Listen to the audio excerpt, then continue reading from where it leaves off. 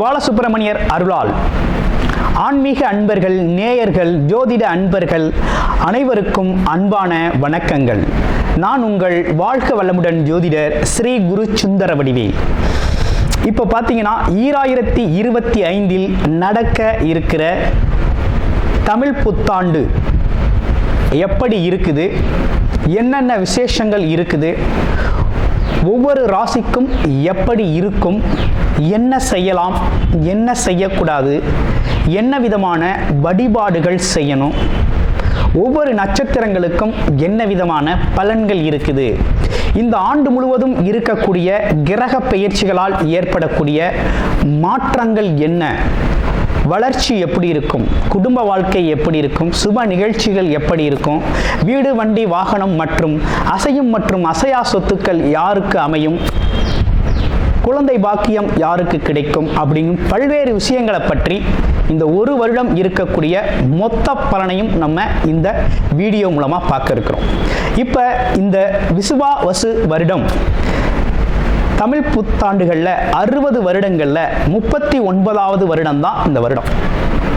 இந்த வருடம் இந்த ஆண்டு பிறக்குது. இந்த வருடத்தில் பிறக்கும் குழந்தைகள் தைரியமாக குழந்தைகளாகவும், எல்லோரையும் அனுசரித்து தெரியக்கூடிய குழந்தைகளாகவும், பண்புள்ள குழந்தைகளாகவும், அது மட்டும் இல்லாமல் தர்ம காரியங்கள், புண்ணிய காரியங்கள் ஈடுபடக்கூடிய குழந்தைகளாகவும் பிறப்பார்கள் அப்படிங்கிறது சித்தர் பாடல்களில் உள்ள ஒரு அமைப்பு. அது மட்டும் இல்லாமல் தன் மகனை சான்றோன் என கேட்ட தாய் அப்படிங்கிறது மாதிரி அந்த குழந்தைகள் பெற்றோருக்கு பெருமை சேர்ப்பார்கள் அப்படிங்கிற ஒரு விஷயமும் இருக்குது. இப்போ இந்த வருடத்தில் இந்த வருட பிறப்பின் அடிப்படையில் சூரியன் அப்படிங்கிற ஒரு ராஜாவாகவும் மந்திரியாகவும் இருக்கிறதுனால அரசியல் மாற்றங்கள், அதிகாரம் சார்ந்த மாற்றங்கள் அப்படிங்கிற ஒரு விஷயம் நடக்க இருக்குது. அதையும் தாண்டி மழை பொழிவு அப்படிங்கிறது ரொம்ப அதீதமாக இருக்குது. விவசாயம் செழிக்கும், தானிய உற்பத்திகள் அதிகரிக்கும். அடுத்து பார்த்தீங்கன்னா மக்கள் செழிப்பமடைவார்கள். வருமானத்தை விட செலவு கம்மியாக இருக்கும், சேமிப்பு அதிகரிக்கும், தங்கம், வெள்ளி, ஆபரணங்கள் வாங்கக்கூடிய தன்மை ஏற்படுது. அது இல்லாமல் பார்த்தீங்கன்னா இந்த காலகட்டத்தில் பசுக்கள் உற்பத்தி அப்படிங்கிற ஒரு விஷயமும் ரொம்ப நல்லா இருக்குது. அடுத்து பார்த்தீங்கன்னா மக்கள் மீது வரி அப்படிங்கிற ஒரு விஷயம் அதிகரிக்கக்கூடிய சூழ்நிலை அப்படிங்கிறதும் இருக்குது. ஆக மொத்தத்தில் இந்த விசுவாவசு வருடம் அப்படிங்கிறது மற்ற வருடங்களை விட இந்த வருடத்தில் மக்களின் வளர்ச்சி அப்படிங்கிறது நல்லா இருக்கு. திரைப்படத்துறை ரொம்ப நல்லா இருக்கு. பெண்களுக்கான வளர்ச்சி, பெண்களுக்கான திட்டங்கள் அப்படிங்கிற ஒரு விஷயத்தை அரசாங்கங்கள் அதற்கான முக்கியத்துவம் கொடுக்க இருக்கிறாங்க. அந்த வகையில் அவங்களோட தனி முன்னேற்றம் அப்படிங்கிறது இந்த காலகட்டத்தில், இந்த வருடத்தில் ரொம்ப அதிகமாக இருக்கக்கூடிய அமைப்பு இருக்கு. குறிப்பாக எல்லார் குடும்பங்களிலும் சுப நிகழ்ச்சிகள் நடக்கக்கூடிய ஒரு தன்மை, திருமண பாக்கியங்கள் கைகூடக்கூடிய ஒரு அமைப்பு, குழந்தை பாக்கியங்கள் கிடைக்கக்கூடிய அமைப்பு, கோவில் வழிபாடுகள், தர்ம காரியங்கள், புண்ணிய காரியங்களில் மக்கள் ஈடுபடக்கூடிய ஒரு தன்மை அப்படிங்கிறதெல்லாம் ரொம்ப மிக சிறப்பாக இருக்கக்கூடிய இந்த விசுவாவசு வருடத்தில் உங்கள் ராசிக்கு எப்படி இருக்கும் அப்படிங்கிறத இப்போ பார்ப்போம். ரேவதி நட்சத்திரம். நல்ல கல்வி அறிவும், எதிரியை கூட தன் பேச்சாலும் தன் அறிவுத்திறனாலும் தன் பக்கம் இழுக்கக்கூடிய ஒரு ஆற்றல் உடையவர்களாக இருக்கக்கூடிய உங்களுக்கு விசுவாவசு வருடம் என்ன மாதிரி அமைப்புகளை தருது அப்படின்னு பார்த்தோம்னா, நீங்கள் இந்த காலகட்டத்தில் பார்த்தீங்கன்னாக்க உங்களுடைய வேலை, தொழில் சார்ந்த அமைப்புகள் தான் ரொம்ப நல்லா இருக்குது. அது சார்ந்த முயற்சிகளில் ஈடுபடுறது அப்படிங்கிறது ரொம்ப நல்லது. திருமணம் சம்பந்தப்பட்ட விஷயங்கள், வரனுக்கு குருபலம் இருக்குது அப்படின்னா தாராளமாக திருமணம் அப்படிங்கிற ஒரு விஷயத்தை செஞ்சுக்கலாம். அதே நேரத்தில் திருமண பாக்கியங்கள் கைகூடிருச்சு அப்படின்னா தாமதம் இல்லாமல் திருமணம் செஞ்சுக்கிறது அப்படிங்கிறது ரொம்ப நல்லது. அடுத்து பார்த்தீங்கன்னாக்க உங்களுக்கு தொழில் சார்ந்த அமைப்புகள் நல்லா இருக்குது. சுயமாக தொழில் செய்யணும் அப்படிங்கிறவங்களாம் இந்த காலகட்டத்தில் சுயமாக தொழிலை, சொந்த தொழிலை ஆரம்பிச்சுக்கலாம். தொழில் மிகப்பெரிய லெவலில் வளர்ச்சி பெறக்கூடிய ஒரு அமைப்பு அப்படிங்கிறது இருக்குது. கேட்ட இடத்தில் கடன் கிடைக்கும். அதே போல் மாமனார், மனைவி வழியில் உங்களுக்கு நல்ல உதவிகள் கிடைக்கக்கூடிய ஒரு காலகட்டமாக இந்த காலகட்டம் இருக்குது. முன்னோர் சொத்துக்கள் கிடைக்கக்கூடிய ஒரு காலகட்டமாகவும் இந்த காலகட்டம் அப்படிங்கிறது அமைஞ்சிருக்குது.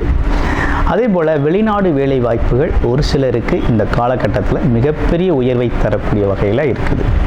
ஜியசாதக அடிப்படையில் எப்படி இருக்குது அப்படிங்கிறத பார்த்துக்கிட்டு முயற்சி செய்யுங்க. வெற்றி அப்படிங்கிறது இந்த வருடம் மிகப்பெரிய லெவலில் பொருளாதாரத்தை ஈட்டக்கூடிய வகையில் சேமிப்பும் அளவுக்கு நல்ல வருமானம் தொழில் ரீதியாக வேலை ரீதியாக வரப்போகுது.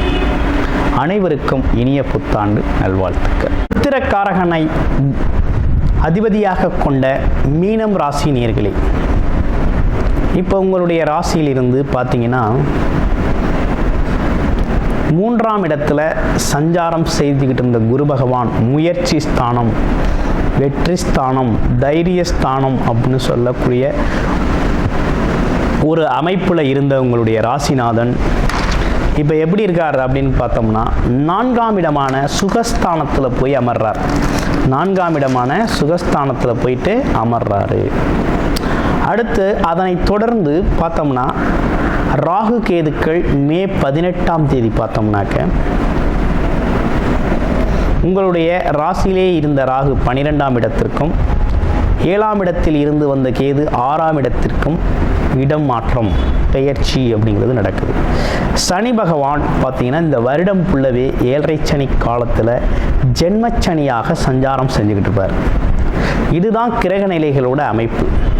இந்த கிரகநிலை அமைப்புகள் உங்களுக்கு என்ன விதமான மாற்றத்தை ஏற்படுத்தி தரும்னா, உத்தியோகத்தில் உள்ளவர்களுக்கு பதவி மாற்றம் அப்படிங்கிறது உறுதியாக உண்டு. வெளிநாடு வெளியூர் தாராளமாக போகலாம். வெளிநாட்டு வேலை கிடைக்கும். உழைப்பு அதிகமாக இருக்கும். அடுத்து பார்த்தீங்கன்னா தொழில் சார்ந்த விஷயம்தான் இங்கே அலைச்சல் திருச்சலோடு இருக்கும். ஆனால் அலைச்சல் திருச்சலுக்கேற்ற வருமானம் உண்டு அப்படிங்கிறதுல பயப்பட வேண்டாம். ஆமாம். அடுத்து வேலை பார்ப்பவர்களும் சரி தொழில் செய்கிறவர்களுக்கும் சரி கொஞ்சம் பார்த்தீங்கன்னா தூக்கம் குறையும். இதனால் கொஞ்சம் உடல் ஆரோக்கியம் சார்ந்த விஷயத்தில் கொஞ்சம் கவனம் எடுத்துக்கணும். நண்பர்கள் குடும்ப உறுப்பினர்கள் கண்டிப்பாக உங்களுக்கு உதவி செய்வாங்க அப்படிங்கிற ஒரு நல்ல நிலை அப்படிங்கிறது ஏற்பட்டிருக்கு.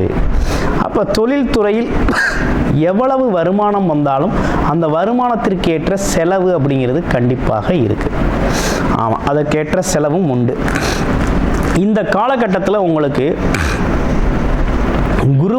குருபலம் இல்லாவிட்டாலும் உங்களுக்கு பார்க்கக்கூடிய வரனுக்கு குருபலம் இருந்துச்சு அப்படின்னா தாராளமாக திருமண பந்தம் அப்படிங்கிறது தாராளமாக செஞ்சுக்கலாம். அதில் எந்த ஒரு விஷயமும் இல்லை. இதில் குறிப்பாக ஒரு நல்ல விஷயம் என்னென்னா உடம்பு ஆரோக்கியத்தை தான் கவனம் எடுத்துக்கணும். உடம்புக்கு ஏதாவது ஒரு இஷ்யூனா உடனே மருத்துவரை பார்த்து ஆலோசனை செய்யணும். அதே போல் மனைவியோட உடல் ஆரோக்கியத்திலையும் கூடுதல் கவனம் எடுத்துக்கணும் அப்படிங்கிற மாதிரி இருக்குது. ஆமாம், அதையும் கொஞ்சம் கவனத்தில் வச்சுக்கணும். ஓகேங்களா, வச்சுக்கணும். ஆனால் முன்னேற்றம்லாம் எப்படி இருக்குது அப்படின்னு பார்க்கணும். முன்னேற்றம் அப்படிங்கிறது தான் இங்கே ரொம்ப முக்கியமாக இருக்குது. அப்போ வேலை தொழில் அமைப்புகளில் நல்ல முன்னேற்றம் இருக்கா அப்படின்னா கண்டிப்பாக உறுதியாக நல்ல முன்னேற்றம் இருக்குது. ஆனால் என்ன இருக்குன்னா ஒரே விஷயம், கொஞ்சம் அலைச்சல் இருக்கும், டென்ஷன் இருக்கும். ஆமாம், இது ரெண்டுமே இருக்கும். ஆனால் முன்னேற்றம் நல்லாவே இருக்கும். இங்கே உழைப்பு தான் ஆதாரமாக இருக்குது. ஓகேங்களா, அப்போ உழைப்பை அதிகப்படுத்திக்கிறது அப்படிங்கிறதும் அதே நேரத்தில் அதிகப்படியான இரவு நேர உழைப்புகளை தவிர்த்துக்கிறதும் நல்லது. ஓகே, அடுத்து தொழில்துறை சம்மந்தப்பட்டவங்களுக்கெல்லாம் பார்த்தீங்கன்னா கொஞ்சம் தாமதமாக இருந்தாலும் மிகப்பெரிய லெவலில் வளர்ச்சி தரக்கூடிய ஒரு அமைப்பு அப்படிங்கிறது உருவாகிருக்கு. பூர்வ புண்ணிய ஸ்தானத்துலேருந்து உங்களுக்கு எல்லாமே நல்லபடியாக கிடைக்கும். அதை பற்றி நீங்கள் பயப்பட வேண்டாம். மாணவர்கள் அப்படிங்கிறவங்க கொஞ்சம் படிக்கணும், ரிஸ்க் எடுத்து நல்லா படித்தாதான் அந்த படிப்பு உழைப்புக்கேற்ற நல்ல மதிப்பெண் அப்படிங்கிறத பெற முடியும். அப்போ கண்டிப்பாக ரிஸ்க் எடுத்தே ஆகணும், முயற்சி எடுத்து படித்தே ஆகணும் அப்படிங்கிற ஒரு அமைப்பு அப்படிங்கிறது உருவாயிருக்கு. இதில் குறிப்பாக வெளிநாடு யோகம் அப்படிங்கிறது ரொம்ப சிறப்பாக இருக்குது. யாருக்கு அப்படின்னா மீனம் ராசி அன்பர்களுக்கு. இரண்டாவது சொந்த தொழில் நல்லா இருக்குது. சொந்தமாக ஒரு வேலை தெரியும், அதை தொழிலாக கன்வர்ஷன் பண்ணணும் அப்படின்னா தாராளமாக பண்ணிக்கங்க. ஆரம்பத்தில் கொஞ்சம் வளர்ச்சி தாமதமாக இருந்தாலும் பிற்பகுதியில் மிகப்பெரிய நல்ல வளர்ச்சி அடையக்கூடிய அமைப்பு அப்படிங்கிறது தொழில் ரீதியாக மிகப்பெரிய முன்னேற்றத்தை சந்திக்கக்கூடியவர்களாக நீங்கள் இருக்கிறீங்க. அடுத்து கோர்ட்டு கேஸு வழக்கு இது சம்மந்தப்பட்ட விஷயம்லாம் கொஞ்சம் மாற்றம் அடையுது. திடீர் அதிர்ஷ்ட யோகங்கள் அப்படிங்கிறது உங்களுக்கு வந்து சேரும், கண்டிப்பாக உண்டு. திடீர் அதிர்ஷ்டங்கிறது கண்டிப்பாக உண்டு.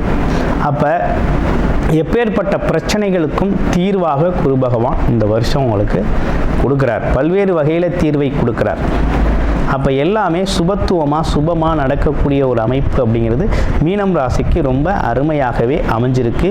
இந்த கோச்சார நிலைகளில் இருக்கக்கூடிய கிரக மாற்றங்கள். அப்போ இந்த வருடம் விசுவாவசு வருடம் எந்த அளவுக்கு மாற்றம் இருக்குது, முன்னேற்றம் இருக்கும் அப்படின்னா, ஜென்மச்சனியாக இருக்கிறது அப்படிங்கிறது ஒரு விதத்தில் எப்படி இருக்குது அப்படின்னா, உழைப்பை அடிப்படை ஆதாரமாக எடுக்கணுங்கிற மாதிரி இருக்குது.